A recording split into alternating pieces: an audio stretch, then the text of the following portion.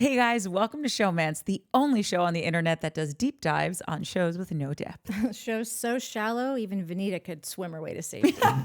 Also, we watched the replays. Vanita could touch the bottom. So Yeah, it was like she had her swim. feet on the ground and then she decided to go under. It was very odd. She was drinking, and when she went under, she inhaled Courtney, when's the water. last pool party you were at that we weren't blasted? Yeah, but I happen to be an excellent swimmer. So she's not a great swimmer. I don't If think it was swimmer a at swim all. thing. Somebody is about to go in, and you hear Craig go, "I got it," and he jumps in the pool. So you think that they like said before, I'm going to jump in? And I don't know. But it seems fishy when you watch it back. No pun intended. Because water. gosh. The water. Because of the water. Oh my God, guys, I was screaming at my television. There's nothing happening. We are 7 weeks in, 7 hours of my life, and nothing's happening. Nothing's happening. These are my notes. Guys, this is it. I've hit a wall. I can't take another episode about nothing. I've watched 7 hours of this fest, and there's no light at the end of the tunnel. Now we're in the fishing trip, and it's like, is it weird that he doesn't know how to fish? I don't know. I know plenty of people who don't know how to fish. I'm sorry, Shep, that he wasn't born into, a fishing family. And I happen to know plenty of people from Omaha that don't know how to fish either. Like, I hate this show right now. So angry. Thanks for joining us. We'll see you guys next week on Showmance. But like the whole show was another dumpster fire of an episode. Yeah, I But- totally disagree. Oh, 100%. I'm like that Redfin. I'm hooked back again. And the bar has gotten so low. Well, see, so because that's the thing. more happened this week than Yeah. usually does. But But that's how only in low the- the bar is But- that it actually seemed like okay, well, there's something here. But would you agree? It was literally in the last maybe 12 minutes of the episode. no, I didn't mind the silly fight. But that was and at the all end of the that. episode. No, it was in the middle. With who? Taylor. Like when when they went after the whole concerto and they went to his joint and they. I mean, that like, was the blah, blah, last blah. scene. That's what I'm But saying. it started like. Yeah, they really did make a meal out of that. Because they Like, had it was the, to. Yeah, it was 'cause the they had last to. half of the episode. Yeah. For I don't, sure. Okay, I'll give you max 20 minutes. Last 20 minutes of the episode. Of a 42-minute episode. I'll take that. I'll give that That's to you. about half. JT kind of got me. I got thoughts on Molly and her music. It's the first time we've ever seen Molly come to life. Well, let's start at the top because you've got thoughts and maybe you can bring me to your side because I wanted to like it. The beginning of the show was ridiculous. It was another ridiculous slopopotamus fest. No? At Sally's house. Yeah. Yeah. If that were my mom staying there, that would have been spick and span by 5 a.m. It was disgusting. Shout out to a real OG Southern mom in Gina Joe, because that would not fly. I bet that mom is watching this. That was probably something that have to do with production. They probably said, we would like to open on a night after the big blowout party, stuff No. everywhere, cans. But that cheese, that Over- close on the cheese. With the bugs on it? I Yeah. did enjoy the Alfred Hitchcock edit on that one. With Ugh. like the cutting to the shoes and the bushes and the freaky music. Over Yeah. my It dead was body. funny. Would I allow that I on enjoyed film? that. Right, so Whoever's I choice feel that like was. that was a thing that they probably wanted to do. Like they're like, let's try this because you guys just had a big party and Sure. yada yada. And the mom is probably like, okay, great, that sounds great.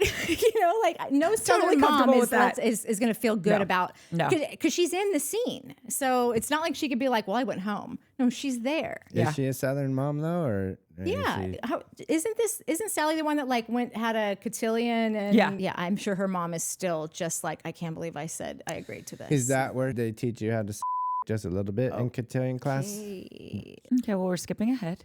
Covering the show makes me feel like a jackhole about my life. Like I've already got enough times I question my life choices all the time.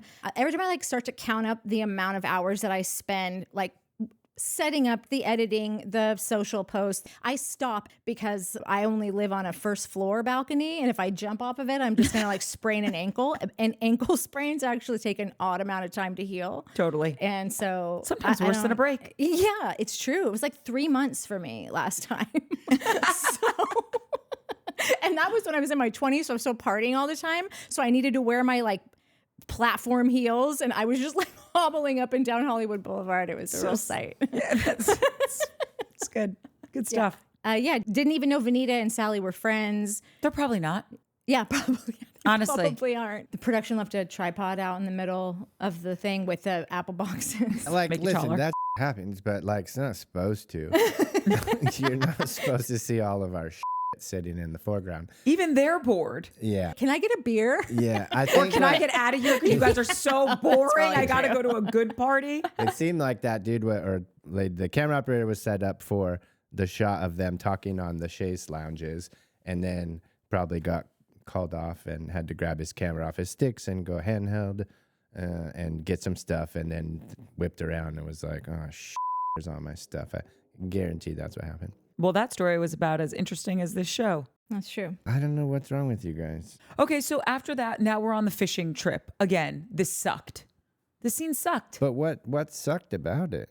Did you have anything from Taylor's house? Oh, with yeah. Meeting Gaston? I don't know why I have such a hard on for this guy, but I can't stand him.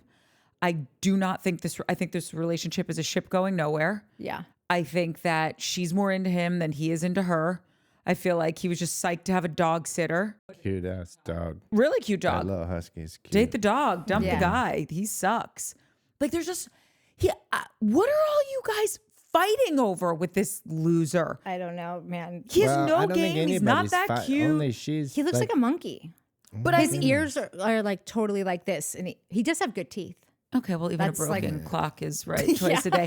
But no, my point is like Sally was seeing him and he had a girlfriend and then there's that affair. So he's got happening. So now he's got two girls and now Taylor's constantly defending his honor and you're not going to talk badly about my boyfriend. And what are you guys, you're all fighting over last socks. place. Yeah. Like what you all want last place this badly? She says something like, I'm not going to say forever because I don't want to jinx it. Like, you don't want to jinx an eternity with cock socks? Like, what? Like you. Because they think he's a prize. Well, so Shep is probably the same thing. And I don't know why, but we went back and started watching S1 E1, as Courtney likes to say. Dude, I highly recommend it. Yeah. It will blow you away. Well, in anticipation of our favorite show coming back, I started Summer House S1 E1, so I'm in the I've middle been of thinking about doing that too. it is, and maybe that's the other thing the because first season is not good. The first season of everything sucks. The first few episodes they don't suck. But Southern like until Charm you get to first know. episodes, the tits. See, we had this conversation because I was like, it's so funny to like have gone through and watched the whole progression, be upset now. Yeah. I remember watching those first episodes and just being so annoyed at Craig and so many things. And now I'm watching it back and I'm like, I'm not that annoyed with Craig anymore. But I know I was when I watched this the first time. And I know I didn't like that. And now I don't care. It's Shep's best year. Yeah, he was so good in the beginning. cute and likable. Yeah, I think that Ravenel, catch. Shep, catch. For some reason right now, Gaston is the catch in town. For chicks in Charleston, I'm sure it's got to be a struggle, right? 100%. Because there's not a lot of dudes. Yep. Which means there's not a lot of good dudes. Which means there's barely any great dudes. Which means you have to go after these catches, right? The family money, the family legacy, the Charleston catches, the Thomas Ravenels, the Shep Roses, these type of dudes. And I think But because you don't. That's the PSA of this episode. You don't have to do that. The studies Charleston, you have been do. released. Single, childless women are the happiest, healthiest people that live the longest. So Taylor, get your shit together and live on a commune with your best girlfriends as opposed to putting up with cocksocks. Yeah. And then Cocksocks Jr. She's like saying that she's going somewhere, I think to the concert thing. And she says, and Sally's going to be there. Like the look on his face of like, just that this girl exists on this earth. Like you are so put off by, which is just so telling that there's so much more to this story. Yes. Than, like you're not even going. She's going. Taylor's going. So like, why are you still so put out by this? I challenge Taylor to go back and watch all of her scenes and be like, how would Paige have responded to this WWPD. situation? Yeah. This is all I'm saying. I just want these girls, and not all of them, because I think Sally's got, like, I think she learned from the Gaston situation and like has her head screwed on straight. I look at Molly, and I like Molly, but I want Molly to like Molly. Yeah. Like something happened to this poor girl that knocked her self-esteem out of her. I think with Taylor, it's like, Taylor, if you loved yourself and wanted to just like be the best you would be, work on filling the hole yourself as opposed to having Shep do it, Cocksocks do it, whatever, and become the best version of yourself. Like, I don't know how else to put it. Yeah. But it's like you just are so desperately grasping at straws to try to make this relationship happen so that you can get engaged and have the house and have the kid. And it's like, you just want it so you can check the box. You don't, trust me, I promise you, you do not want to be married to Cocksocks. And he's I never going to promise marry you. Ever. So get excited for that. Right. So like, instead of wasting your time, All your good years. These are your 30s. I disagree with that in the sense that like, I think every year is a good year, but we're very different. Like but I'm this. saying that like if for Charleston, these guys, when you're working with that kind of ratio, I think that LA is a different story. There's a bajillion people from all walks of life everywhere with all different kinks. I'm sure you'll fit one of them. But in Charleston, it just seems like your end all be all goal is to just get married ASAP and pop out the kids and whatever. Then like there's only going to be a new crop of college girls graduating, or not even graduating, just turning 21 so they can get into or 18, get into Republic or 18. Yeah. But this is my point. I think you need to change the goal. Of course, I was just working from the angle that like she's likely not going to change that goal. So if this is if this is that and there is no negotiating on that goal, then you're going to need to kick it into high gear and start actually choosing wiser. Do you know what the real irony of this situation is? If she stopped dating these guys, right, and put all of her time and energy into herself to be like, you know what?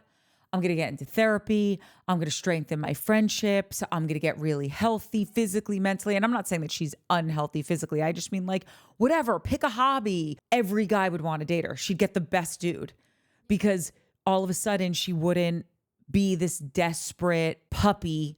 Love me, whatever you want, I'll do it. That's why Cocksocks isn't that into her and isn't going to want to be with her. Do you know what I'm saying? No, I do. I think that you always work from the place of like this best case scenario, and I'm always working from the place of like that scenario has ship sailed. Like the ship never never came into port. Yeah, it never got here. So like I'm always just like, okay, you're an idiot. How can an idiot do well? What's the best way this idiot can get something good out of this? You're ridiculous a moron and you want to go to college. How can we make this happen? How can we help you? I get it. I want to know what Cocksocks does for a living. When he says busy day at work does he today, work I at feel like Republic? America deserves to know like what this dude is responsible for in the world. Oh, I always thought he just worked at Republic. His roommate is TJ. Do you watch Southern Hospitality? No, for the millionth time. I'm gonna get into it. Yeah, you should. TJ is on Southern Hospitality, and Gaston is TJ's roommate. Which, to be honest, odd roommate couple to me. Definitely. I feel bad saying this because I like people. I don't want to say bad things about them. Taylor, stop being so desperate. She's lost cause. I'm telling you. You got to just start thinking about, like living in reality of like meet people where they are. Anyway, that's that scene. And now we're on the fucking boat. And I'm just like, Shep, everything Shep does this season, I'm so offended by. He is the worst dresser ever. I don't know who buys his sunglasses. They're terrible. Been He's doing it made since S1. Yeah. I know. Oh, fun fact also that Time out. I didn't realize. Just to answer your question, Gaston Rojas is from New York. He's a territory manager for a global medical technology company. So he's like a sales rep. Okay. Like a pharmaceutical sales rep. They're I thought medical it was device like sales reps. Like what Carl used to do. Carl? And Carl was a medical device salesperson. Oh, you know who was medical sales and did really good? Hannah. You gave me the ick, Nick. Oh, yeah. Hannah did medical. Also, or pharmaceutical Sally. sales. Sorry. Maybe that's how they met. I think they met who out one night. And in Yeah. the parking structure with the little. Oh, that's Okay. right. Oh, God, Mike, don't ever do that again. Well, I don't do that stuff. Okay. so- Okay, So well, I moving on. understand that you don't think it's weird that he doesn't know how to fish. Where is he from? Where's JT from? Yeah. He's from the South. Didn't he say like his dad wasn't around and he was like raised by a single madre? JT is comes from Virginia. Okay. On the water. Well, I was maybe 7 when my dad strapped a fishing vest on me, pockets packed full of worms, put me in a little rowboat, pushed me out in the middle of the lake by myself, told me don't come home without dinner. And I caught a trout, made my way home. Wait, you never told me that. This is the cutest story ever. Yeah, I was like she 7. She stops at, he threw my ass out on the lake. I didn't know you caught anything. Yeah, she's a doer, Mike. Oh my God. Way to fall And in love so the much look faster. on his face when I came back to dock with that fish was probably the false sense of confidence that one needs to move to LA and pursue a career And the hardest industry in the entertainment. world. Yeah. So thanks, Dad. Thanks, Dan. I'm not Dan. joking. He was like telling everyone. He was like, That's a big like, deal. like my dad is like, he loves everything I do, but this was like he couldn't believe it. And like, yes, it was one of those occurrences why my mom had a standing appointment with the judge every week in a push for full custody. But I feel like that one was worth it for He him. turned you into a wilderness I wonder girl. if the fish pulled you back to shore. I had a little rose. Oh, I think they call them oars, but that's all right. When you're 7, you call them rowers. Listen, once you have a victory like that, you call it a day and you quit fishing for life because it's all downhill from there. I learned how to fish with my dad when I was a kid. But if someone doesn't know how to fish, I'm never looking at them being like, well, who raised you? A bunch of animals? No, it's disgusting. Like I would always make my dad hook the worm. Yeah, now I only with boats that look like a Juicy Fruit commercial. So anything less than that, I don't need to get on that boat. Now Shep's up Craig's ass when he spent the first 6 episodes talking, or 5.5 episodes talking about on Craig. Yeah. I got a And- theory on that. The producers. Yeah. I knew it. I was literally watching it saying this is Mike's going to be like, this is all produced, which now I'm agreeing with you. Well, I think the producers watched our show. Probably a few others. They went back in time, but then shot forward somehow. With That's exactly right. No. Yeah. They just go back and redo the edit. On the real, like there had to be a moment where they were like, oh my God, we can't go 6 more episodes, whatever, 7, 8 more episodes of this. Like, this is not going to work. We're hemorrhaging. Somebody's got to be on Team Craig. As a matter of fact, I think somebody on an internet show that does deep dives on shows with no depth said, I don't know why there's no one rooting for Craig. That would be a cool storyline. Yeah. That was me. I said that. So who's rooting for Craig? Shep? Shep is now on Team Craig. Yeah. You don't think that that's just very like Shep centric? Just like I do and I don't. Seeing whose ship is sinking, so got to jump on someone else's. Like he really like I mean, I think beaten it's to Shep. the ground. There was nothing left to say about Craig. You've made all of your complaints, listed all of your disappointments. I mean, wait, what did you call it? Shep what? Centric. I think it's Shep centric. That he's like Captain Save-A-Ho. Oh my damn it. What? Nothing. I just have that reference later. You just what? Snap. We don't share notes either. Yeah, I don't read anyone's notes. Our notes are our own. We write our own Yeah, blogs. because then I'll be like, oh, I guess I'll change mine or whatever. You know, like I'll just get too much. Like I need a different angle or something. So like I don't want to know what you're thinking ever. That like last night I started to say something and I'm like, just shut the fuck up and save it. It is funny for those of you just joining us. Nadia and I have been together for 15 years, and now we do a podcast together, and we live together, obviously. So like we watch shows and then we talk, and now we're like, oh my God, tell you tomorrow. That was pretty funny. No, That's we pretty don't adorbs. talk anymore. Yeah, sorry to steal your reference, but I might use it anyways and then just cut around what you said. Yeah, We'll right. see. You're We'll the see how editor. well I like you by the end of this. totally. It's a great reference, by the way. It is Shep-centric in that sense that he sees the problem. It also makes me double down on the Austin and Craig thing might be real. I think it's real. And then I think Shep is like, oh, dang, these two are really not going to be friends anymore. If someone doesn't step in, I'm Shep Rose. I'm the guy that steps in and saves everyone. I got it. Hey, guys. Hey, I got it. But he's never gotten it once. Yeah. He's never saved a hoe. The only time you fail is when you quit. You got to keep trying. So this could be the time. At any rate, How many people are clicking off this video right now as we shove crunchy ass chips in I know. your I mouth? don't know why you think know it's either. fine. It I'm was sorry. I fun get out yeah. loud. Like you already mumble and you take as long as me to say a sentence, by the way.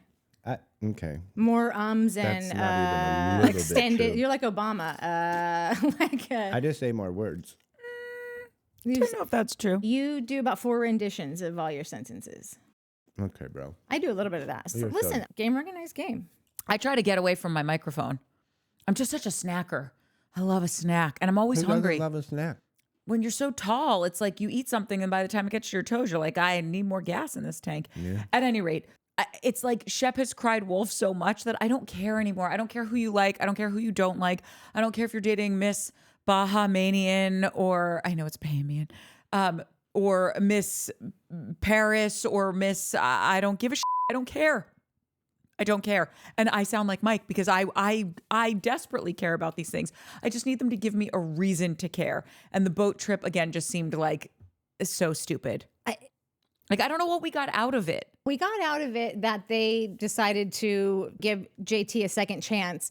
And that's the problem. It's just everything that you see in the show that you're like, that's an interesting choice. It's because when you have nothing else, That's you just exactly start right. throwing in and like seeing like maybe this works or like everybody wants to be so hard on JT. Well, then come up with your own stories. Yes. I would like to know, Austin, what happened to your beer company? Like there was one full season that like all we were doing was following you, going to bars, having your tastings, juggling that with like maybe dating a girl and like, you know, whatever. Like I don't understand. Like, is it like a business thing where they like get their one season to like promote their things but then it's over after Dude, it that? can't be because Homeboy's been hucking what's it called on Loverboy. Summer House for freaking Oh my 8 God. years. I And not for know. nothing, why would you not want a national commercial every week when your show is on? Like, I don't understand why it's not on. Yeah. The one thing I've heard about Trop Hop this year, 2 things in one episode. One where he asked Craig if he's drinking one, which was like, I think it was so that he could make sure everyone knows Craig's drinking a beer right now. Like it's like he just wanted to say that. And then second, when Sally had a keg and it wasn't Trop Hop. Oh, yeah, he's and like, I he was could've like, gotten you a they could've keg." just asked me for a keg. Even Craig's business, like I'm hearing about your business because it's the theme of like why you've moved on from these friends and why you're having all these issues with everyone. But like, can we see the store? Have we seen the store aside from like things that we see? We've seen Craig's You see, backyard. Craig was at Sewing Down South last season in the first episode for like a couple minutes. That I'm is pretty sure it was last so season. If it wasn't, it weird. was the season before. Yeah. I don't know if they've First ever talked to episode. like any of the housewives, but like that's why you do these shows. Yes. That's why you make a fool of yourself. To parlay it into Sewing Down South. Yeah, or so that you whatever. don't have to do dick all after this and you just got your business and like, you know, like that's the whole, this is your prime earning years as my old ex-friend would say. Yeah, like for I just sure. realized it was Quack's ex-boyfriend. That being said, though, like someone's been in Craig's head over the last couple of years saying like, listen, bro, if you want this to work, then this needs to stop. And the debauchery and the drinking and the idiocracy, you can't do that. Like we're selling pillows here, man. Like we're not selling Trop Hop. You're not going out drinking every night, but these guys on you every episode. The show is still a little ridiculous and we don't think it's a good advertisement for our brand who's trying to be a, you know, nationally recognized home goods brand. You know what I'm saying? Yeah. I don't know if Southern Charm is the best commercial for that brand. You want to know something funny about season 1, because it episode should 1? be. Do you know that Leva was in the pilot? So was Rodrigo. Mm-hmm. And with Leva, we see her in there 4 times in the first 2 episodes. We even go to Republic. They never introduce her as the owner of Republic. Yeah, it's always whose friend? Someone's So-and-so's friend. friend. Who was the girl that was the original narrator? Oh, yeah. Like the guy's blonde girl. girl who married the doctor. Cameron. Cameron. Cameron. Yeah, I think it might have Wasn't been. she on Real World or Yeah, Road Real Rules? World. Maybe Real World, yeah. I think she was on Real Yeah. World. I like her. When she got the boot, I remember being like, because I think I was just, that was my year where I was like, you guys are really going out of your way to be mean to Catherine, and she's really holding this Oh, I whole thing remember that together. season. Yeah. You never get to see it. You never see somebody get their Comeuppance. you know, comeuppance. Yeah. But like, isn't that crazy that like to have Leva in those scenes and then also to go to Republic in episode 2, I think, Leva is in episode 2, to never say she is the business owner and they don't have her in the Republic scene. They've got her at other restaurants having coffee with Cameron. And listen, I don't know if this is where we're going with this, but it's super weird. And another scene that wasn't edited out was Thomas's pappy, who needs to leave a tip for lunch and decides that he's going to leave a $5 bill because he's got to get rid of them fives because he got Lincoln on it. And then does a little my Christ. little You should- racist it is- grin to camera that like, yeah, no, I said it, and that's what I meant. And Thomas is like, oh, Pappy. Oh, Pappy. he doesn't really. I don't know if he said, oh, Pappy. But like the look on his face was oh, Pappy. Yeah. oh, Pappy. Oh, Pappy. Yeah. Yeah, legit. See, maybe that, and by the way, I'm not on any level condoning that like racism No, would make no. this show more entertaining. I'm just saying like the thing about, It was, even if, not to interrupt you, but it was by far, where I said this, I'm like, and now I've seen every episode, and now going back, it was by far probably the most genuine moment on the entire series, unfortunately. Because that's what it is. Yes. That's where what do you always say? We've lost the plot. plot. And it doesn't have to be, it's just like when you go back and you watch, because you know, I always rewatched all the Yeah. Housewives. Ramona was a legend in her own mind before there was ever a camera on her. She's one of the New York Housewives. And we don't need people who are like editing themselves Yeah. or too nervous to just like be on camera and be themselves, because for better or worse, that's why we're watching. Yeah. We want to be a voyeur into other people's lives. Yeah. This whole season, it feels like we're all playing chess, but no one wants to make a move. Yeah. And so it just feels like we're at this stalemate. And I'm like, I flip the board. Yeah. I don't want to play with you people anymore. I want a different opponent. I'm sure that this show, as I talked about how 10 years, I'm sure, is where a lot of producers decide, I've been working on this show. I put in so many hours. I never even had kids because I've been on this show now for 10 seasons, and now I'm gonna phone it in this season because I've earned it. People get tired, and this is the way of the world. I think I think that they brought in people because they realize they're not totally ridiculous. They understand that these people are now a jillion times richer than they were, have way more clout, don't need to be doing this show anymore. Certainly if they're not even hawking their businesses on it, like they're now just showing up. Almost this season just seems like, it was like the last year of their 3-year contract, so they've got to show up. You know, Christopher Reeves was like forced to film Superman 3, and he's like, I really don't want to do this. This is their Superman 3. Yeah. So I feel like they brought in all these new people to do like the heavy lifting, but then it's like, I don't know if like they just casted it all wrong. And so they can tell by their data and their research, nobody's interested in these other people. So they're still relying on the main characters that we've known forever to pull this weight, but like they don't, that part wasn't in their contract. They're not like we had pulling a unspoken understanding that like I'd be vacationing. Like I feel like Austin's just like, this is his off week. He's had a trip or something, you know, like, because did we see him? Oh, No. I guess we see him for a minute at Whitney's. That's my bad. I don't remember him being there. They he's went at to Whitney's. Whitney's man cave. Oh, that's right, that's right, that's right, So their coffee, and they're like, let's drink $1,000 bourbon or whatever the hell that shit which is so funny because Whitney's man cave is It's like, so ugly, it blinds you. well, it's not even just that, but like my brother has a man cave. It's like he built his own man cave that's So like the same. dope. I Once feel was like the it's like the garage. same size as his house, but like a separate entity. And it's just mismatched couches, giant TV speakers, kegerators, like Dartboard, the pool cool, table. and then it's like just draped and like him and my dad's like sports memorabilia from the glory years. Like this is not a man cave. This is like backup for like if there's a round 2 of what's it called, Prohibition. No, what he has is what do you call his first place? He needed to move out and get a stabbing cabin. Stabbing cabin. This place is a stabbing cabin. But here's the other thing. We've never seen this little stabbing cabin. Yes, and we the have. first, Yeah, we have. not, That's where the fight happened. Yeah, that's where the at that- JT. when he was standing on the chair. That was the unveiling. Yeah, that was at the of- bar. Yes. No, that was at the downstairs bar Yeah. of the man cave. 100%. Yeah, I because don't remember think he's in that's there. true. That scene starts off with them down there, but at this point it's like early in the day, so he's trying to make coffee. Then he gets into Pappy's $1,000 a bottle. Wait, It was the that's where what reason for the argument happened. Last year, the show No, the ended on a JT party or- at yeah, Whitney's house. and it was to unveil I know that the scene man you're cave. talking about. And Oh, that got it. man cave is what we saw in this episode. Got it. I don't And remember wait, that. are none of you offended by how Unveiling. ugly it is? Yeah, it's horrible. When I see this, I just think about what Whitney's life contains and that was probably a year-long project. And I feel like I'm always looking at that kind of money where they're just sort of like mapping out their life by like projects, you know, to like fill their days because they don't have to go anywhere or become anything or whatever. So I look at it as just like but I don't even notice the actual decor because I'm, like I said, I just am Oh my God. fascinated by the Project. part. Yeah, the project. I was fascinated by how ugly it was.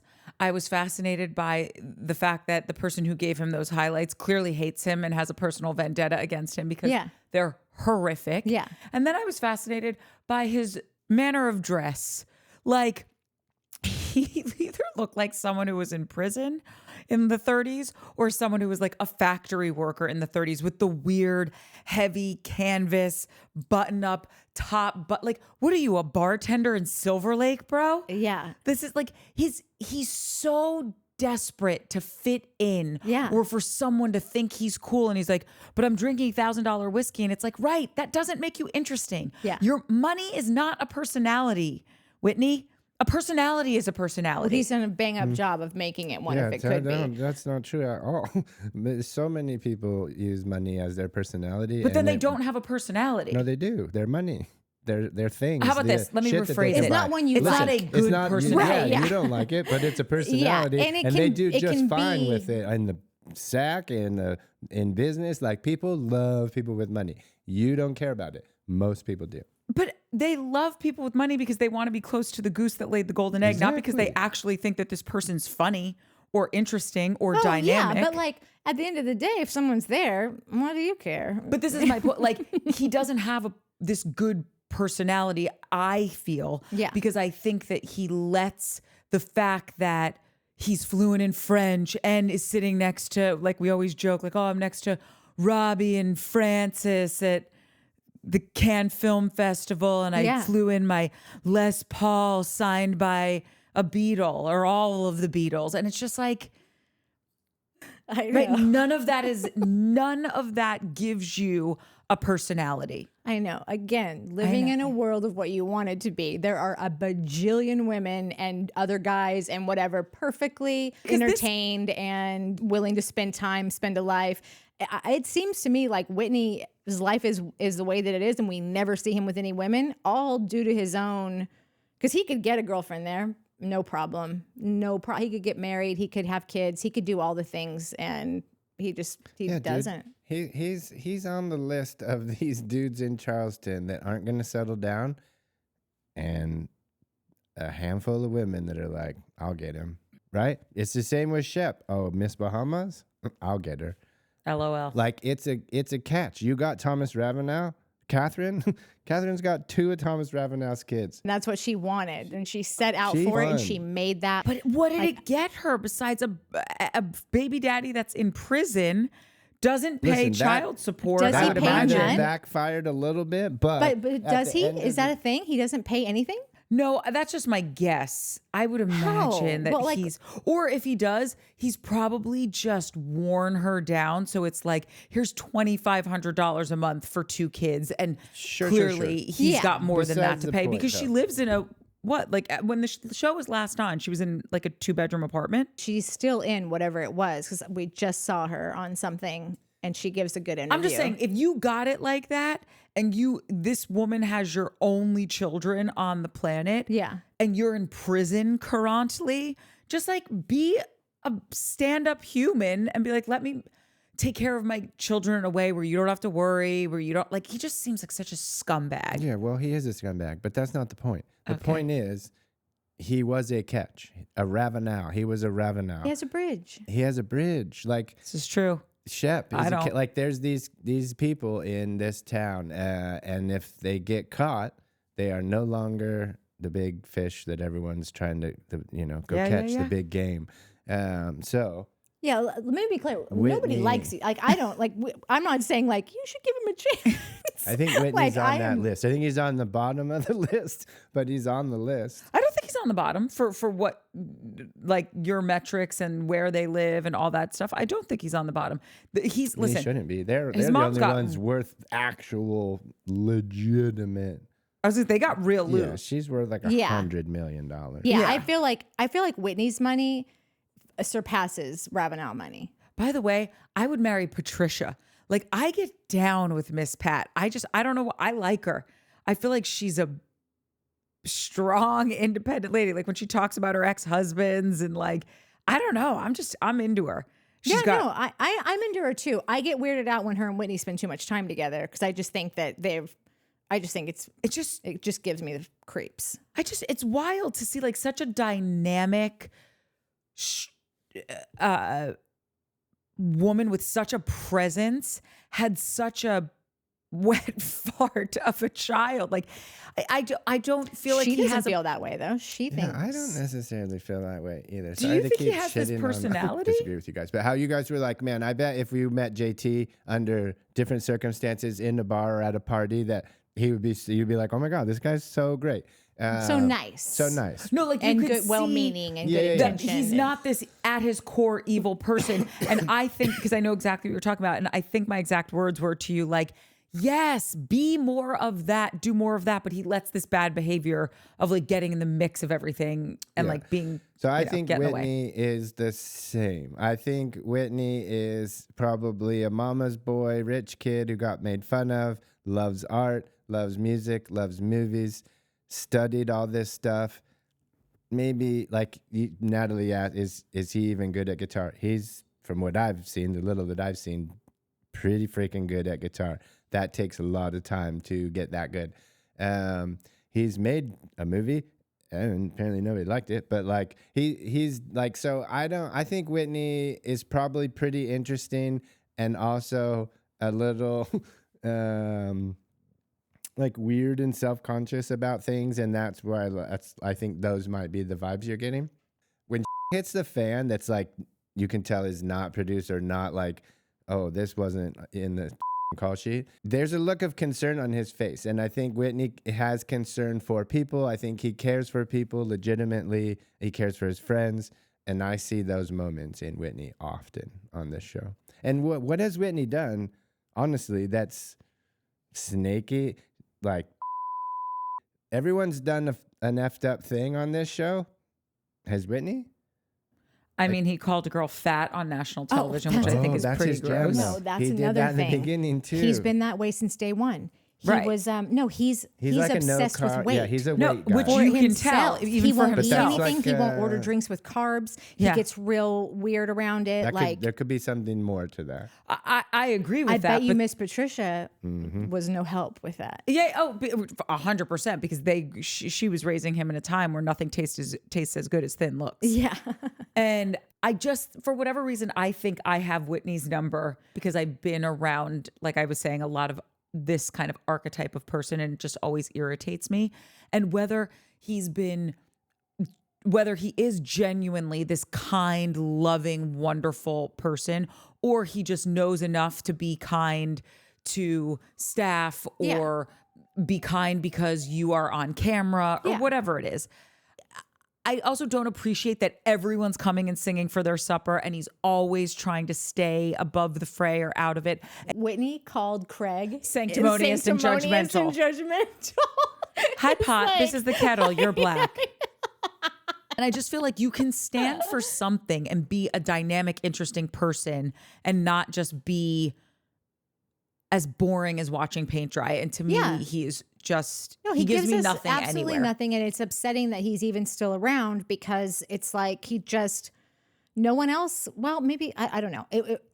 I want to say, generally speaking, I doubt anyone else is allowed to just pop in and out and do absolutely nothing. Like, even though we talk about how they do nothing all the time, I don't think that they have the kind of carte blanche that he has, because he really is able to just come in, sit down somewhere, be a wallflower, and then have a very eloquent sentence about, well, now hold on now why would you, our friend Austin here, Why would you say something so pernicious? About our dear there's always a couple words comrade that I'm in like, arms. those are always a couple hubbub words that I gotta look up. And it is. I know. Listen, like the fact that we've even spent as much time talking about Whitney, I feel like I gave off all the wrong things. I just was meaning to say that I was quite impressed with the way that he has been able to maintain a level. Like, you don't catch that guy slipping very much. And I think that there's something not to be said about like, this is a good character trait, but it's impressive to see someone who is so controlled But also, all the time. let's remember, he's technically their boss. So if Andy Cohen was on one of these shows, and I think Andy Cohen has more pull than on his shows than Whitney does on theirs. Regardless, let's just take that as the example. No one's starting stuff with him. And they all know, like, Andy doesn't have to fight for his job every season. Yeah. These people have to make something happen to be back the next season. Yeah. And he doesn't. So he's allowed to say, like, okay, it's getting a little wild in here. I'm gonna go see Mother now. Yeah. And hightail it out of there. Yeah. And I know that Mike is right. I know clearly this is a child who was picked on, who doesn't have a lot of confidence. That's why he's doing the highlights and the bro talks and the weird clothes, and because he's just trying to be like, am I enough now? Am I cool now? Yeah. And him leading with his money is just another way to be like, look what I've got the $1,000 bottle of scotch. Doesn't that make me wonderful? Don't you want to have a drink with me? We've just had to witness and speculate on like why Whitney must be how he is. And I imagine that somebody that came up with all of that and is like literally has anything he could ever want like at his fingertips, he has to like buck the trend of like being a traditional gentleman in Charleston who is going to get married and have children and have another, buy a second compound house somewhere. And it's like, now he's just like, I'm going to do something great that's totally offbeat. I'm going to make movies. I'm going to be an artist, a creative, a whatever. And I think that every day it's like, imagine all the people in the world who would want to have like a 1% of the wealth in this family, but all it's done to him is make him, it seemingly, again, because you don't tell us anything, Whitney, you haven't had a real moment with anyone, never. The realest thing I ever noticed was him totally trying to get Catherine, like I think he was doing everything he could to get Catherine off the show, season 1, and she just kept bringing so much heat that like people were like, is this about you, Whitney? Or is this, because you got a show now. This is the show. We need characters. And this is a great one. Yeah, this is a great one. But you could tell in that first season that the only reason I think he ever told Thomas about that he did sleep with Catherine was because he thought that would be the nail in the coffin for her, but it wasn't. And you could just see it. That right? just like, popped the lid right off. Like, yeah, I didn't think that until like you said that, and then watching it, I was like, oh yeah, maybe. Come back, Catherine. I got to send you this interview that Olivia has a podcast. She's only done like 6 episodes, and she started like November or something of last year.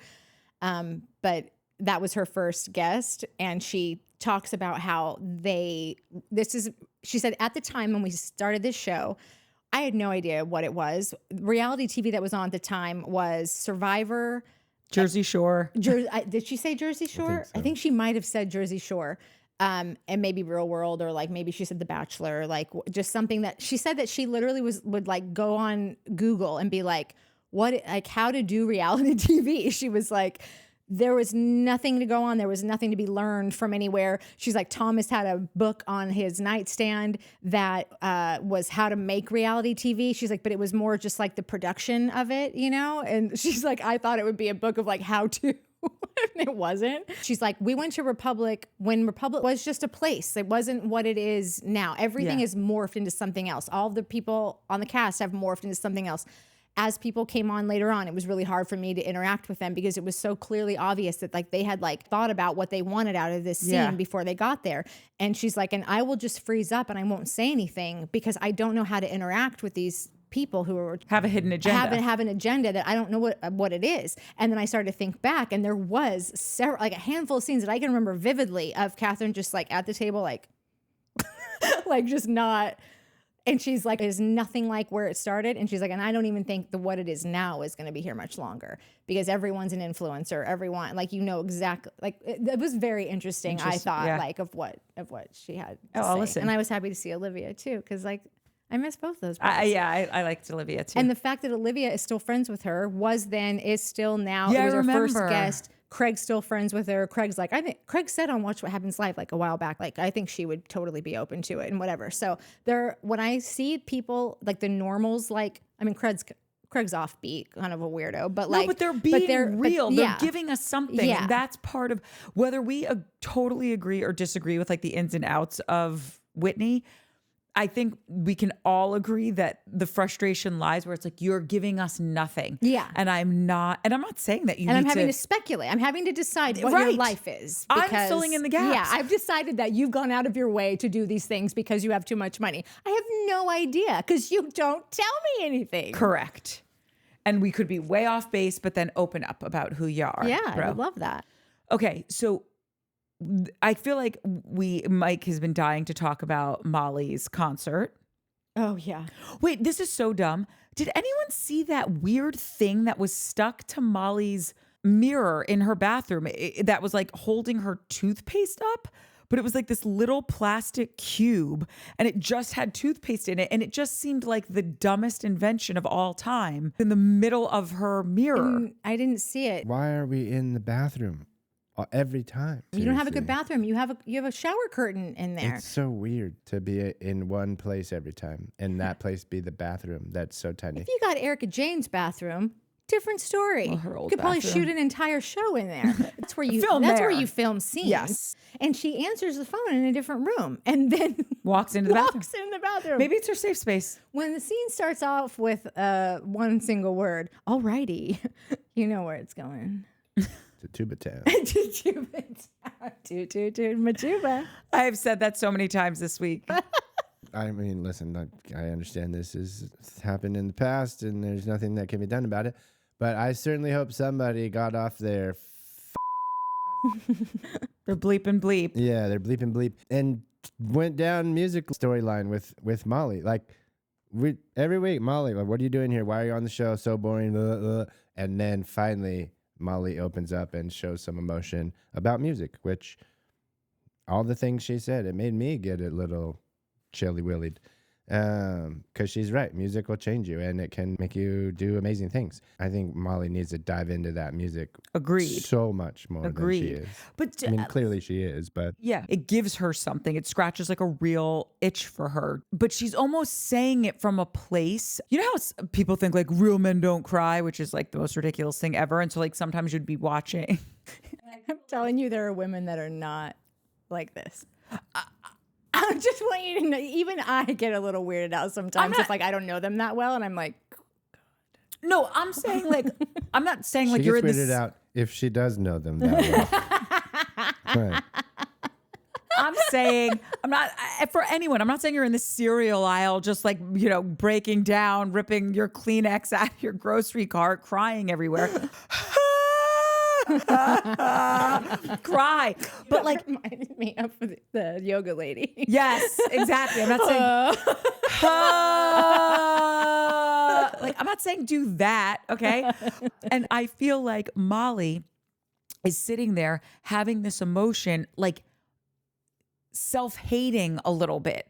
Like everything I see Molly do, like I said, I just feel like she got the confidence knocked out of her.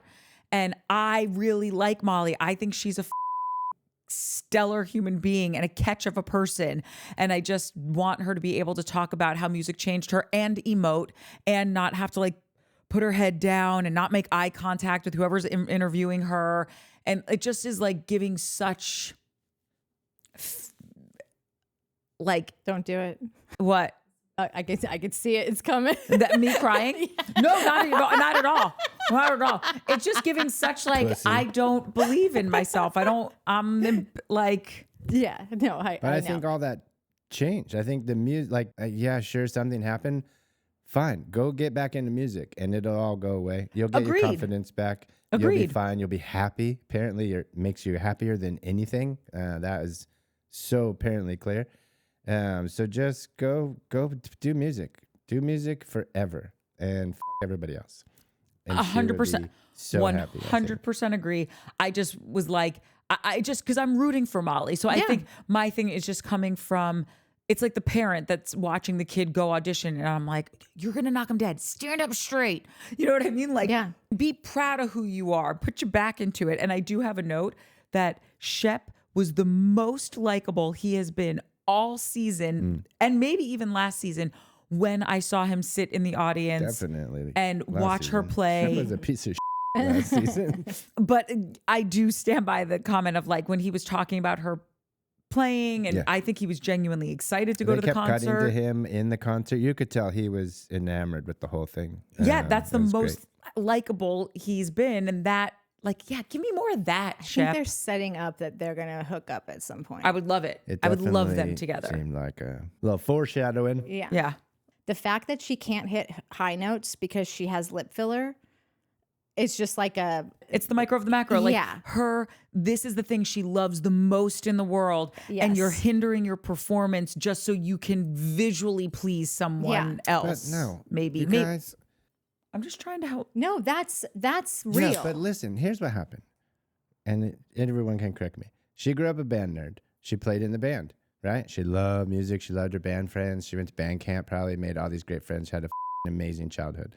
Then one day she grew up and someone was like, dang, you're pretty. Let me take your picture. You should be a model. And she was probably like, oh, I'm a freaking band nerd. I'm not a model. And then someone was like, no, I'll pay you money. And then she popped out some of those pictures that they showed. And you're like, oh, you are a model. You're beautiful. She's beautiful. Perfect. Yeah. You're good at your job. You worked for a while. Then you gained a little weight for whatever reason. Then you couldn't model, maybe because of that. And then you went back and realized, I gave up my love, my passion in life to go be a model, and like nothing wrong with being a model. I think there's probably a little self-hate that she gave up this thing for something that she probably didn't really give two shits about. There's a difference between you leaving the party and being asked to leave the party. But I also think there's a little element of like licking the boot that kicks you. This is a classic 80s, 90s movie of the nerdy kid who becomes a popular kid and leaves their nerdy friends behind. And at the end of the movie, the popular kids bail on her or him, and he's got to go back and hang out with his nerdy friends and make amends. And the nerdy friends take him back because they're always there for you, but you got to feel bad about it. And I think she feels bad about leaving her nerdy friends. I'm not mad at that, Mike. All I'm saying is I just want Molly to love herself. Yeah, lip filler is not something that she got a long time ago and is still there. She's still getting it. It disintegrates, dissolves. Doesn't fully dissolve. Well, you said someone else got filler too in that show. Someone got some booby fillers. Oh, I think so, but I think you will know. Oh yeah. Does it seem like Taylor got new boobs? Oh, I haven't. I'll take a look. Take your expert eye on that. Oh, we haven't gone to Craig's house. Listen, Craig, you freaking nailed that backyard, dude. I it's that so backyard good. He did a great job. banging. He really did. Like, It's wonderful. Yeah. I'm like, Austin, you're an idiot. Like, who wouldn't want to leave that backyard? Yeah. Just go swimming, bro. Yeah. And also, Austin, you have a girlfriend. So why wouldn't you and your girlfriend just want to go chill there, have some trop pops, laugh with Craig when they were together, when Paige is in town, all of you guys could get together. And by the way, even if you said, well, I don't want to, you finished. I'm just kidding. That's what I've been saying all week. Like, even if he was saying, oh, I don't want to hang out with Paige because Craig is different with her or whatever. Great, she doesn't live there. Yeah. So you still had ample time to go and really get some miles under your belt with that great backyard. Yeah. Anyway, again, that scene, I get it. It's more of Shep just fulminating on his love and how it's so much better than Taylor. And I know. I let the L word slip pretty quickly. It's like, oh, I get it. We get it. Oh my God. Wait. And I did make a note there. I can't with I have to see the exact note. The both sidesing. Wait, what was the both sidesing? Well, just like how he's like jumped over to the Craig train right now and is having all the same conversations about Austin that he had with Austin about Craig. Yes. My exact note is, oh, now Shep is BFF with Craig? Yeah. Now? Yeah. And his Jimmy Buffett fantasy is his way of still being a Peter Pan, but just calling it something different. Yeah. He describes it. He's like, oh yeah, we'll just be in the Bahamas. Maybe I'll get a, little hotel we can fix up. It's like, no, you bro. just are Peter Panning it and giving it a different name. And by the way, Jimmy Buffett was an accomplished musician, businessman. He had tequilas and hotels in Margaritaville. Wasn't Jimmy Buffett a billionaire or something close to that? Yeah, they even have a place in Florida that's like a retirement community that is like, but like not just like a retirement, like a whole like city, like a It is town like Margaritaville. that's called Margaritaville. Yes. Like Jimmy Buffett worked his ass off and accomplished things. He wasn't Peter Pan, Shepherd. No, I know. And I would get really upset normally about the both sidesing, but I've heard enough about Craig regardless, even if it were true. It's like how you can't beat this dead horse like anymore. She did. Yeah. She did. Mike, do you want to get into your favorite part of the episode, which was... My favorite part is Craig's backyard. Oh. Craig's backyard is so awesome. I don't even think we've seen the inside of Craig's house. Very little in comparison. The kitchen. Like, yeah. Why would story. you want to? No, the scene after that when we're after the event space, after the concerto, and now the event space. Listen, when a chick calls a chick to me, it's one of the funnier disses in the world. So when Taylor was like, he's saying all kinds of like this right here and pointed at Molly. Oh, I giggled so good. It was so You mean funny. Sally, not Molly. That one, Sally. Yeah, you mix those two up on the Well, I reg. finally got Molly in my brain because she plays music, and I know how to play music. I haven't played in a long time, but like I'm now like I'm not going to remember Molly's name because now I have a thing with her. Like not a thing, but you know what I mean? Like there's a like, oh, we you have have a mental something in block. common. Like you're not boring to me anymore. You have this thing that you've studied and learned. I know that. I like you now. I'm not going to forget your name. So now the other one is like, who's the other one? Now the other one's always going to be Molly because now Molly's the only one that I care about. Okay. Suck it, Sally. Can you tell me? I love Rodrigo. How do you suck a little bit? I love that he was the one. She just to means go- she didn't go to completion. Yeah. Can you just tell me what you loved so much about this portion of the episode? Did I say I loved it? Did I Yes. miss something? In the beginning of the episode, you were like, no, this was a good episode. This is when it got good. Yeah. No, I think the episode got good. Not this part necessarily, just this episode. Like, I don't like JT because he's annoying and he's a stirrer. But if you're watching reality shows, you need Thank a God JT. for something. Yeah, and I'm like, oh, you're bringing it, boy. Thanks. Yeah. So, and then I also think there's more, and you had said this earlier, there's more to this story than we all know. And I think JT alluded to that in the way that he was saying to Craig, like, okay, Craig, yeah, go with that. Sure, dude, go with that. And then Craig was like, bro, shut up. You got to stop. And he's like, I just don't know why you're so hard on this, Craig. It seems like there's something you're hiding. I didn't say hiding, but like he insinuated that there was this bigger thing that everyone's trying to protect. And so, I don't know. I went a little Team JT this week too. Well, yeah, because he brought the heat. We finally got something He cooking. brought the heat and the like. What did he say? When did being the arbiter of truth become a problem?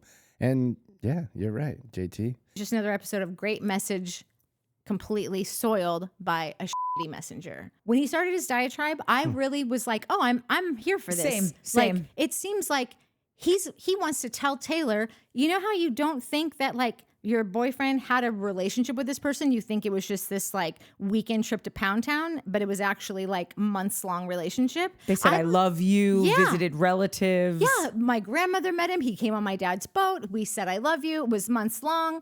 I'm traumatized by what happened. Like, I really thought that he was just trying to lay out what had happened to a girl that he clearly just kept insinuating that this was a nothing of a nothing. And then it got a little weird. Well, even when he said, he introduced the new fact that I wasn't aware of, that he had a full girlfriend when he met Sally. And First of all, I liked how honest she was about it. And she just said, I had no idea Yeah. that he had a girlfriend. Yeah. And then all of a sudden, I know, but the train has left the station. Yeah, exactly. And it was so, I was in, listen, I'm sure, could she, gun to her head, have stopped talking to him? Absolutely. But like, she clearly had really strong feelings for him. And she's like, I just couldn't quit it. Yes. And I liked that she was honest about it. The kind of honesty that Sally has, Taylor would sooner die than be that honest and reveal those kinds of things about herself. Sally she didn't even think twice. She just That's why and I appreciate that Yeah. so much, probably because we're so far into so many years, so many seasons of seeing none of that. Yeah. So I was there for all of that. That didn't even bother me. But it became like pretty evident at a certain point that like JT then just was more so there to tell this girl that he's been in love with for like however many years, Taylor, at Sally's expense, basically for the point to say, I'm sure he'll find another Sally type soon enough. So you should just get out now and come to daddy. Like that's all that was. And and here's my reference of he has been playing Captain Savaho for Taylor for how long? And if you look back in retrospect, how many arguments has he gotten into with his Austin argument was about her Taylor? I think we were introduced to JT like in a bar somewhere with Rodrigo, and like this was at the the early episodes of last season, where he's like, why now? Gosh, now I heard Shep's just doing whatever on Taylor. She's a dream girl. Every kind of like confrontation that he's gotten into more times than not has been to save the honor of this girl who is never going to love you, my dude. It was just so weird to see him have no regard for this person that he doesn't know that's a guest in his event space and just telling all of her deepest, darkest, just like, again, reiterates that every single time we love the message, he is the worst messenger. I'm going to tell my friends the truth, always, forever. Period. Yeah. He could give a long speech of exactly every single word, perfectly eloquent, encapsulates everything you ever wanted to say about the situation, and then to end it with period. like ruins it on the last note. Yeah. When Taylor kind of storms out, I'm not doing this. I love this man, whatever. And I know that's not what she said, but you get what I'm saying. Artistic license. He's not even showing up for you in these spaces, yet you will time and time again storm out on his behalf because you won't even be in a room where someone is speaking ill of him, but he can't even have your back enough to show up for you so that you don't have to be alone in a room where people are talking smack about you. Yeah. Riddle me that, Taylor. If he was some knight in shining armor, he would show up to be like, this is my mess. I was the one that cheated on a girlfriend. Taylor does not need to take it. I will show up to answer these questions because I don't want her to get hit with shrapnel from a grenade that was headed towards me. Yeah. I want to protect you from that. And he doesn't. And it's why I don't like him. And it's why I don't think it's going to last. And I just wanted to say that. I do still think it's interesting how much Shep is, every time someone mentions Taylor and what she's doing, who she's dating, all those things around Taylor, he perks up. Oh, yeah. What do you think about Gaston? What do you think about their relationship? What did I say and you did not agree with me? And that's when I was like, that's the end of it. I'm not going to say anymore until tomorrow. I don't remember. That was yesterday. God. I said that these people are all like, no one wants to listen to JT. No, like they're going straight from like whatever information he's got. They're not saying anything about it. They're not validating it. Shep doesn't just validate it. He like repeats it and goes, everyone here does believe all the things you say about JT or all the things you say about Gaston. He goes, why would you even hook up with him? Yeah. He's not good looking. Not even good looking. He's pretty mid. He definitely doesn't have a open line of credit at the local beer dealership. But listen, like you're being funny, and you're like, no, but he said he made a point to highlighting it. No, and to ask questions. He's like, what do you think? What was your relationship? Go on. Yeah, tell me more. Yeah, please continue. Never stop. All the things. Oh, I hadn't thought of that. Can you say it a little louder again for the people cheap seats? He said one time. He asked her what was the extent of the relationship. No, and then Sally? he's going on being like, why would you even hook up with him? He's not even good looking. That was a joke. That was clearly a joke to break the ice because Vanita and it was not a joke. He doesn't think it was such a joke because the two of them turned around and they were like, Shep, shut the up. And he was like, what? I'm just No, it saying. was a I'm joke just when he saying." said that he's not even good looking. Like that was the first part. Some other things were said, and then Shep picks it up later. Yeah. And says, But he, all And the also things you're there's a saying little are true. all We've he all said- decided that he leaves a wake of women, and no one's saying he's the good guy. Oh, Right, what but- do you fucking know? Shep wants to be the good guy. He's like, you can leave a whole ass This wake. was my note. I said, Thank you, guys. Shep was talking about Take things out of Gaston and said, context. I mean, no one can even say that he's a good guy. And it just Exactly. solidified the Oh point my that we've been making God, for for weeks. weeks. Where it's like, right, because that is the zenith moment for Shep to be described by people as a good guy. Yes, if he but could, these are two separate things. No. This is Shep is desire to be the ever good guy. And Shep saying to this group, listen, nobody likes this dude. Nobody has anything good to say about him. As a matter of fact, a bunch of people have a bunch of shitty things to say about this dude.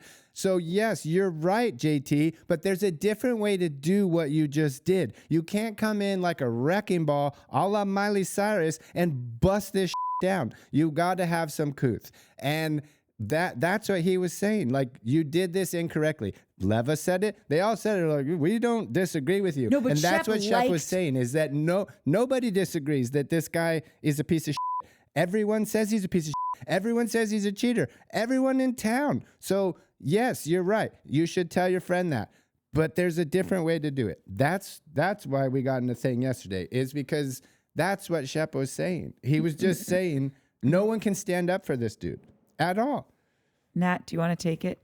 I mean, there's Take it. so many things. Like, first of all, Shep, he's not trying to be the good guy. He wants you to Yes! think he's the good guy. There is Yes, a no very one's arguing big that difference. point. And he's doing all No, What but does you that have always to say do with- always say that though. You always say like Shep wants to be the good guy. He doesn't want to be the good guy. He wants you to think he's the good guy. There is a very, very distinct difference between these two things. And It if I could feels like just you don't grasp that. say one thing really quickly. It's He's not doing true. all the stuff that Gaston has done. Exactly. And saying Gaston is the worst person ever. And it's like, dude, you're the same person. You're the same person. And you're not that good and looking you're either. so transparent that you literally say the words. No one's even saying he's a good guy. Like, I have always said, like, I have like from the jump said like the so transparent, you're trying to act as if you really are painting this picture, you really want people to believe something, but you have always said he wants to be the good guy, which is like the perfect description. So for him at this point to literally say the words, No one can even like, say it he's a good was guy. So It was a gift perfect. from the baby Jesus. Oh my God. Like, it's like I've always said, even with like in politics things, you want to be grateful for transparency, but when you know that they're not meaning to be transparent, Yeah. they just are see-through. Yes. It is insulting. Yes. It is just like, stop insulting Insulting me. me. I'm embarrassed. You're embarrassed. I If prefer you're the not, lie. you should be. Lie better. Do Yes. better. This is painful. Or you do not feel the pain? Yeah, Like, I this is do. painful. Now I agree with you. It's like that episode of Friends when Rachel breaks up with Ross and starts dating Russ. And everyone's like, you don't see it. And she's like, they're totally different. And then we pan over and he's like, I'm a synchrontologist. You're a paleontologist. And it's like, they're the you're Yes. so similar. Yes. And ever since you said the thing last week about like I feel like you had the epiphany like in the middle of the show where you were like, wait a minute. She wants to be the good girl. Yes. And he wants to be the good guy. Yes. He still is verbalizing that she is the good girl. He's still saying like, oh, I want to check in on her because I care about Yeah, Taylor because she's a exactly. sweet girl and all this. She's in her happy place when she's cleaning up after Shep. This is Shep's half-eaten chicken strip, right? I assume this is Shep's doings over here. Yeah. Ah, God, that guy, can't believe it. Shep, I put your half-eaten chicken strip in the thing, and he's like, okay, great. Like, he's like the big dumb guy with Yeah. like knuckle dragger in that moment. Yeah. But that is the happiest and the most natural that I see Taylor acting when she's cleaning up after Shep, telling his friends, this guy, am I right? Like, they will find their way back to each other one I don't day. think they will, but I think that it's a real big missed op. it is a missed op, but I think it's like you can't put two positive ends together or two negative ends together, you know, when they're batteries. They just kind of, I have a comment to read. please. Okay, this is from Nettie A. I love Nettie. Nettie's so good. I knew you would love her. She says, in my opinion, Taylor and Shep will never get back together, ever. I love the Taylor. Well done. Well done. And I say that because she called him a lousy lay on national TV. That's a shot at his big ego. That, I feel, was the nail on the coffin. And her saying that meant she was over him. What man would accept that disrespect and want her back? A fool he is not. He was terrible to her, so she deserved that shot. Agreed. Also, you know Shep can't be that good in bed because when they were talking about tantric sex, and he's like, oh, takes too long. I could have done without Leva's retelling of her tantric sex. Like I just, when somebody mentioned, I think you need a lot of towels, I was, Let's not judge needing towels for things. no thank you. You can still be good at bed even though you don't want to have sex for 3 days. No, that's when you're fine. like a lover, when you really want to go to Bone Town, I'm not saying that you needed to take 3 days, but you're not like, oh, it takes too long. Like you want to like devour another person. And if it takes 10 minutes, great. If it takes 2 hours, great. You know something? For me, no thank you. The public, people generally, in like a new relationship, or they're just dating and having great sex, and it's not like a, I believe if you are not into that, if right off the bat you're like, no thank you, then you're not a good lover. Like, period. Thank end you. of story. People that have been together for 2,000 years do not wish a 2,000-year sexual intercourse to be happening on Unless the you're regular. Sting and That Trudy. is not true. Speak to your goddamn self. I also have a comment that I want to read. Wait, but you didn't even reply to this. What do You you I have- agree with her. Nettie, this is a great comment. Like, I think that that's a deal breaker. If someone said that about me, I would never speak to them again in my life. I had nothing to do with them. They didn't exist to me, dead to me. It's over. Guys want to prove that they'll actually go back just to be like, it couldn't have been that bad. I nailed her again. She came back. They always do. Guys don't see that as a deal breaker. They see it as a challenge. What did we just see in episode like 2 as we went back to do the rewatch? That girl with this, I don't know how she got on the show to begin with. Jenna. She's Jenna. Whitney's friend. She's Whitney's friend. Whitney's friends. She's on the show and she talks about, she's sitting next to Shep at a dinner party at Whitney's, and she says she's bored of Shep. Like, she doesn't say that, but she's bored of him. You could see it. They keep panning to her. She's like, ugh. And then she literally finally says out loud, like, I'm not having a good time. Like, basically says to, like, out loud to Shep, like, this isn't my thing. Like, I'm not into this. And he's like, oh, if you're not into this, then you should just go elsewhere. And she goes, okay. And he goes, don't go. No. He says, I'll win you over. That's what he Wait. says She was within there 2 with seconds. Whitney or no? Shep? It was just a dinner party, but she was sitting next to Shep, and she was clearly bored. Got and it. she's like, "There's nothing here for me. I'm just like I'm over this." And he's Yeah. like, "Oh, you're over it? Oh, well then you should just go elsewhere and look for something else." And she goes, "Maybe I will." And he's like, "Fine, then go." And she goes, "Okay." And he goes, she said, you leave. "Well, whatever it was." I mean, that's worse. Like, then a little ballsy and hits home to your point even more. Yeah. She wasn't like, oh, I'll do it. She was like, no, you leave. And Yeah. that's when he was like, wait, what? No, Yeah. no. And he's like, he literally says to her, "Just stay. I'll win you over." Like, do you not, like, there is something so comforting about knowing someone inside out. Like, I know Totally. exactly what he's going to say. Like, I could write it for you and you would say exactly, but I don't have to. I don't even have to. I can just sit here drinking 10,000 Chimay and you will say exactly deliver. what I knew you were going to say. Because he's a character in a book, and the book's already been written. Anyways, this one is from Deanie Mac. Sorry if I butchered that. But this is one of our smarter viewers. I don't know why you're watching us. And listen, I don't know if this is true or not, but it's on the internet, and it sounds official. That means it's true, right? So just because we were having this conversation and we were unsure, we got some clarification. P.S. There's a bunch of the stuff, but he kind of talked on you guys, so I won't bring that part up. Not talk The shit, hell, but Deanie? P.S. Cursing is directed at someone or something. For example, F that. Cussing is an exclamation like when you stub your toe and shout F. Ah. Bam. Thanks, Dino. Dino, I Deanie? wanted to get on board with that. Then I ChatGPT'd it. No, see, that's why I did the preface of like it doesn't matter. On I the was going to internet look at it. It did beg because it the sounded a second fish. opinion.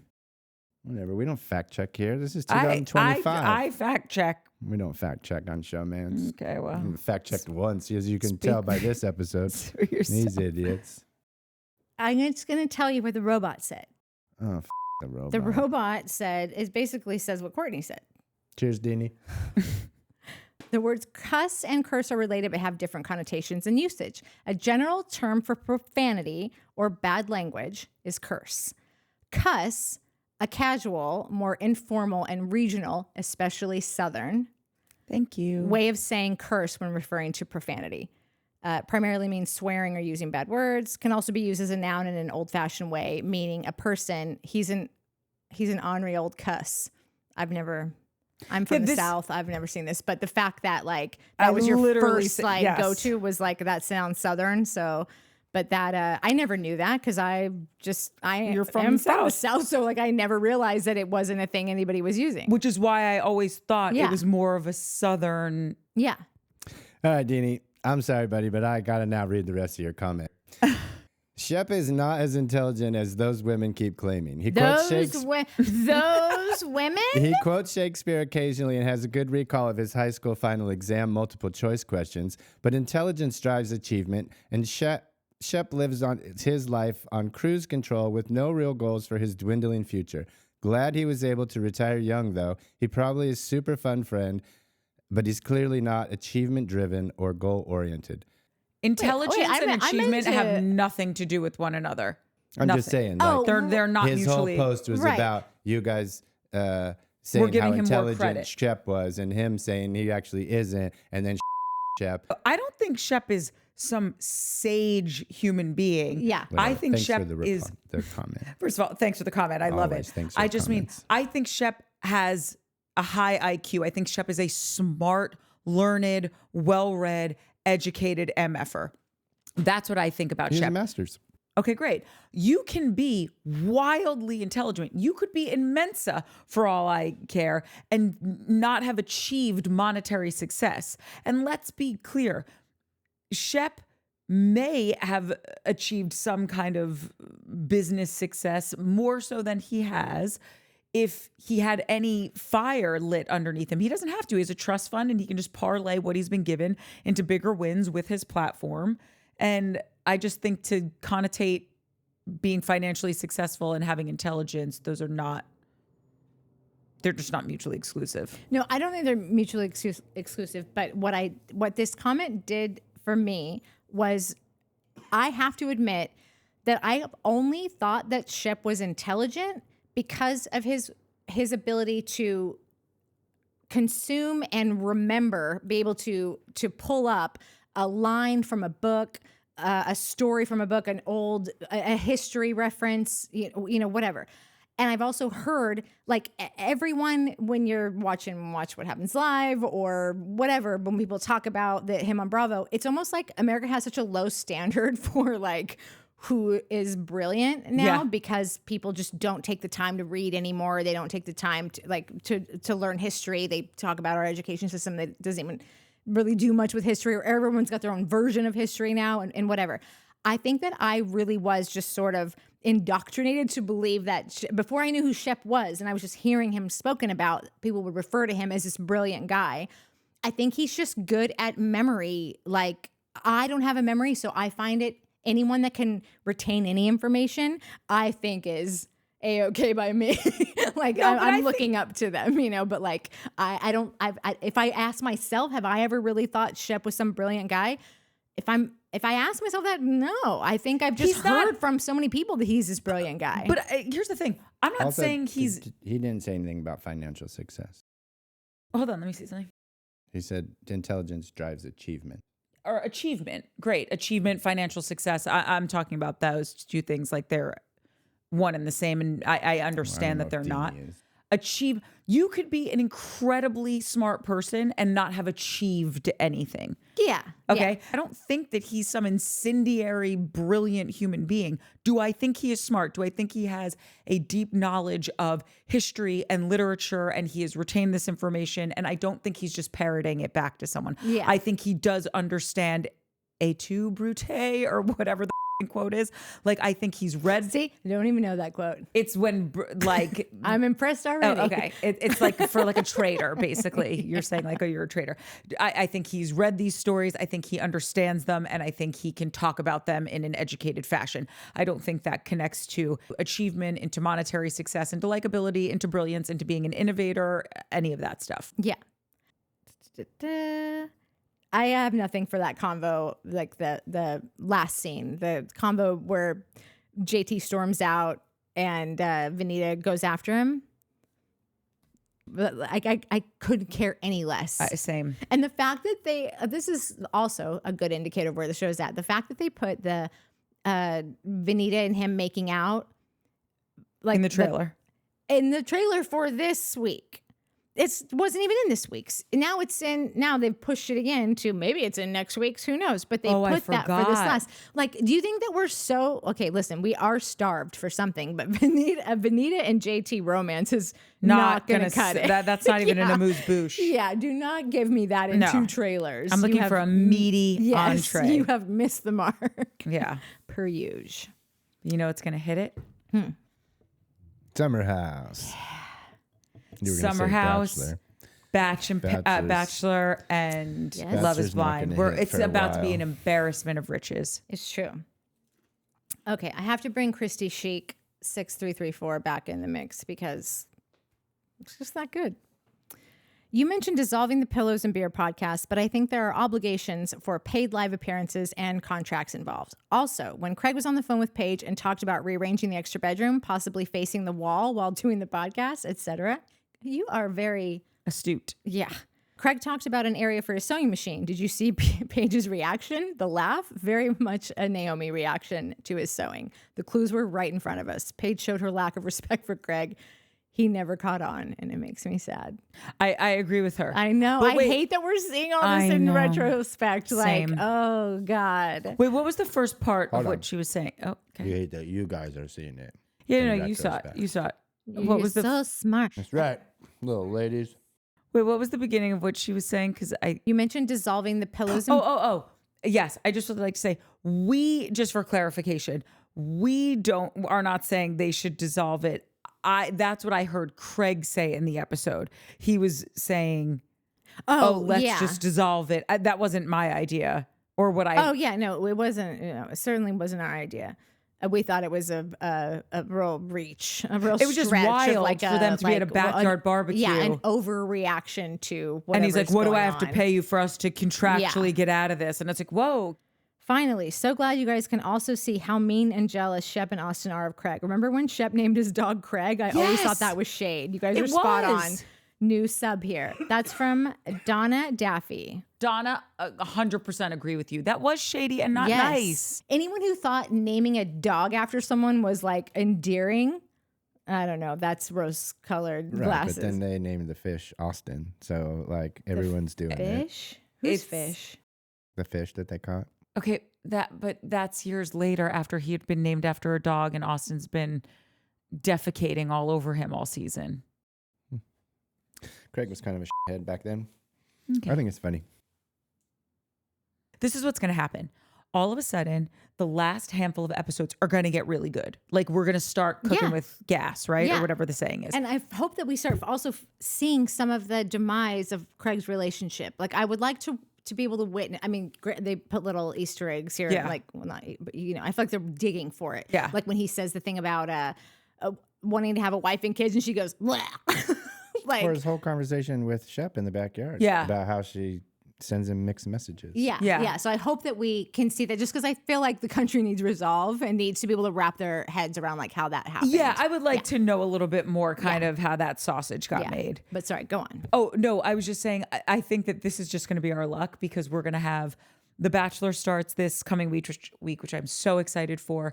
And then obviously Love is Blind and this show. So there's going to be so much to cover that it's going to get really good. And I'm going to have the thought of, too little, too late, because now I've got there's other people courting me. Okay. Yeah. Oh my God. I just realized that like, you're going to take your sweet ass time to get there. And by the time you do, you're going to just I'm going to be working like around the clock night and day, just like trying to like figure out what is the very least of these 3 hours that I can put in here so I can move on to the next thing and get this out before another 3 episodes literally going to come in right when everything else is cracking. Yeah, exactly. Which we don't appreciate. Be good from episode 1. Well, I just want to issue a formal apology to you guys and to everyone watching that I was so negative this week.